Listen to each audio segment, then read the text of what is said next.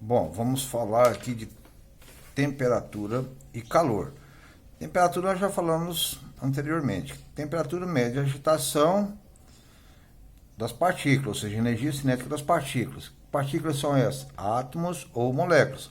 Enquanto que calor é energia térmica em trânsito, energia térmica em movimento. Então, portanto, temperatura e calor não é a mesma coisa, certo?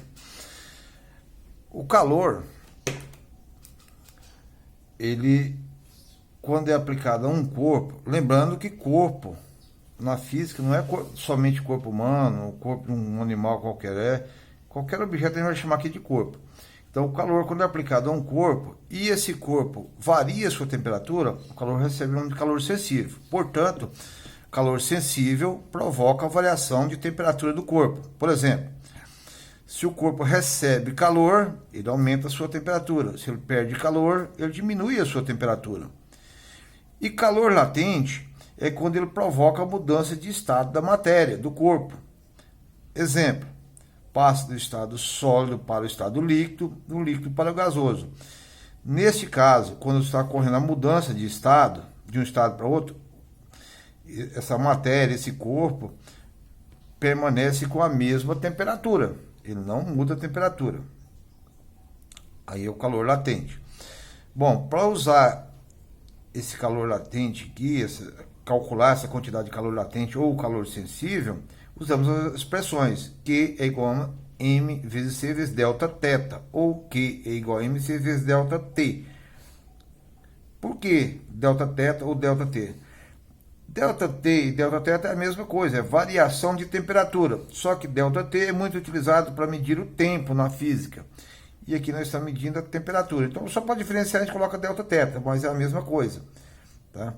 Isso aqui, quando a gente vai usar isso aqui, quando está acontecendo a variação de temperatura. A gente usa o calor sensível. Certo?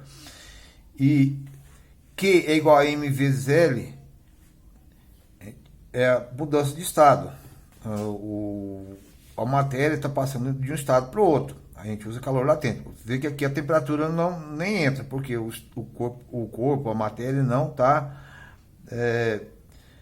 sofrendo alteração de temperatura. Então essa forma que a gente usa é a forma do queimacete, bem famosa, essa aqui é do queimala.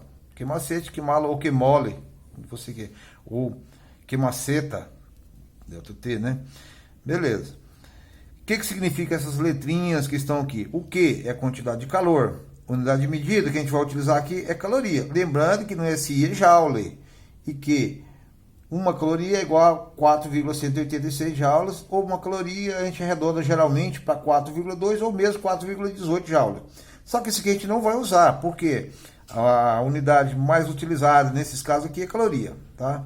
Só coloquei só por questão de conhecimento. Uma caloria é igual a 4,186 joules. Não utiliza aqui também, é mais 4,2 ou 4,18. M é massa, a gente vai usar grama. Lembrando que grama não faz parte do Sistema Internacional de Unidade. O Sistema Internacional de Unidade é quilograma, a massa é medida em quilograma. Tá? Então, não vamos utilizar também, mas não preocupa não. Delta T, que é a variação de temperatura, ou delta θ, tanto faz, a gente vai usar Celsius, graus Celsius. Lembrando que o Sistema Internacional de Unidade, a medida de temperatura, usa unidade de Kelvin. Então, não vamos utilizar o SI. O latente de mudança de estado é o L. Esse L aqui, ó, latência de mudança de estado. Esse latente de mudança de estado, latente de mudança do estado sólido para o líquido, do líquido para o gasoso e assim por diante.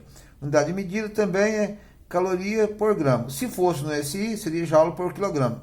Repito, não vamos utilizar o SI nesses casos aqui, porque não é comum utilizar. Então, é usado sempre no SI, só para questão de conhecimento mesmo.